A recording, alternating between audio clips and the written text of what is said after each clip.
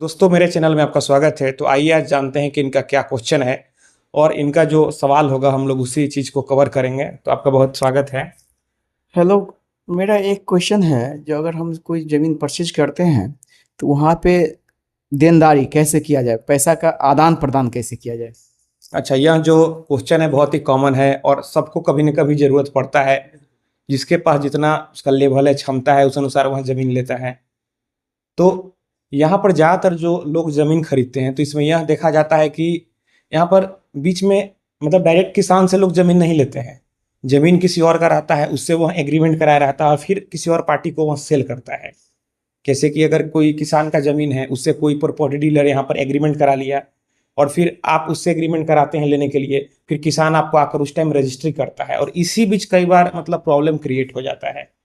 तो सबसे पहले आप ज़मीन जब लेते हैं कोई भी ब्रोकर से, प्रॉपर्टी डीलर से, तो पहले आप उससे एग्रीमेंट का पेपर देखें कि वह किसान से जो एग्रीमेंट किया है, वो सारा आप चेन पहले देखें। और सबसे अच्छा यह रहेगा कि आप बैंक से थोड़ा-सा लोन ले लें।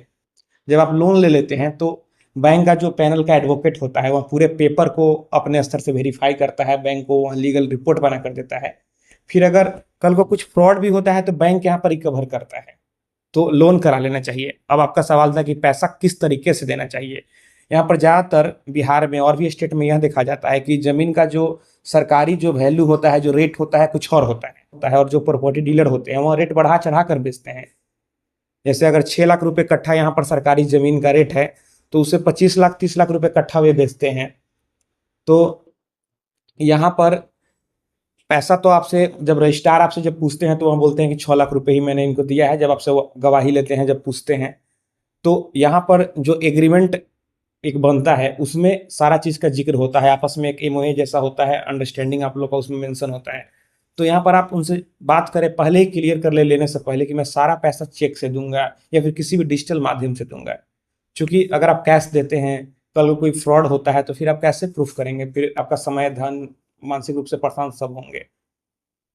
लेकिन आज के डेट में ज़मीन का जो भी रेट है, उसमें लोग 2 तरह से पैसा माँग करते हैं, एक व्हाइट मनी, एक ब्लैक मनी। इसका कैसे हम लोग ये तो करें? अगर वो ब्लैक मनी भी मतलब लेते हैं, उसको जो भी टर्म बोला जाए, तो आपस में एक एग्रीमेंट तो बनता है ना, उसमें जो सही रेट होता है, वहाँ रेट लिखा होता है। और ज़्यादातर लोग अभी चालाकी क्या करते हैं कि घर के किसी सदस्य के नाम से, किसी रिलेटिव के नाम से पैसा ले लेते हैं, उनके अकाउंट में ले लेते हैं। तो आप उनसे यहाँ पर मेंशन करवा लें, जब पैसा दें तो उनसे जो प्रॉपर्टी डीलर है, उनसे लिखवा लें एग्रीमेंट में, जिससे कि एक प्रूफ रहे।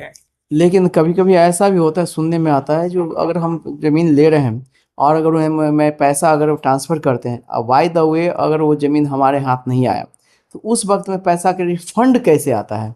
देखिए, अगर आप डिजिटल मोड से पैसा दिए रहेंगे, तो यहाँ पर ज़्यादा आपको देरी नहीं करना है, जैसे लगे कि वहाँ फ्रॉड कर रहा है। इसीलिए मैंने पहले बोला कि आप बैंक से लोन करा लें। जब आप लोन करा लेंगे तो थोड़ा बैंक का प्रोसेसिंग फ़ी लगेगा, बैंक थोड़ा पेपर का माँग करता है, थोड़ा-सा परेशानी होता है। लेकिन अगर आप लोन लेते हैं, कोई फ्रॉड भी होता है, तो बैंक कल को पार्टी बन के उसके साथ कोर्ट में लड़ेगा और आपका जितना पैसा उसमें फँसा होगा आपको देगा और फिर उसका जितना पैसा लगा होगा वह रिकवर करेगा। तो जो सीधे-साधे लोग हैं, डरते हैं ज़मीन लेने में, मैं उनको यही मेरा सजेशन है कि वह लोन करा लें। Okay, thank you. तो दोस्तों मैं आशा करता हूँ आपको ये वीडियो पसंद आई होगी। अगर मन में कोई भी सवाल है तो आप नीचे कमेंट बॉक्स में कमेंट करें और अगर आप हमसे सीधे जुड़ना चाहते हैं, फ़ोन से बात करना चाहते हैं, मन में कोई भी सवाल है तो फिर आप हमें इंस्टाग्राम पर फॉलो करें। मेरा इंस्टाग्राम पर वही यूज़र नेम है प्रीतेश1584। आप हमें फॉलो करें, मैसेज करें और अगर फ़ोन से बात करना है तो फिर इंस्टाग्राम पर ही मैसेज करके अपॉइंटमेंट बुक कर लें। तो दोस्तों हम लोग मिलते हैं अगले वीडियो में एक नए टॉपिक के साथ। तब तक आप अपना और अपने परिवार का ख्याल रखें।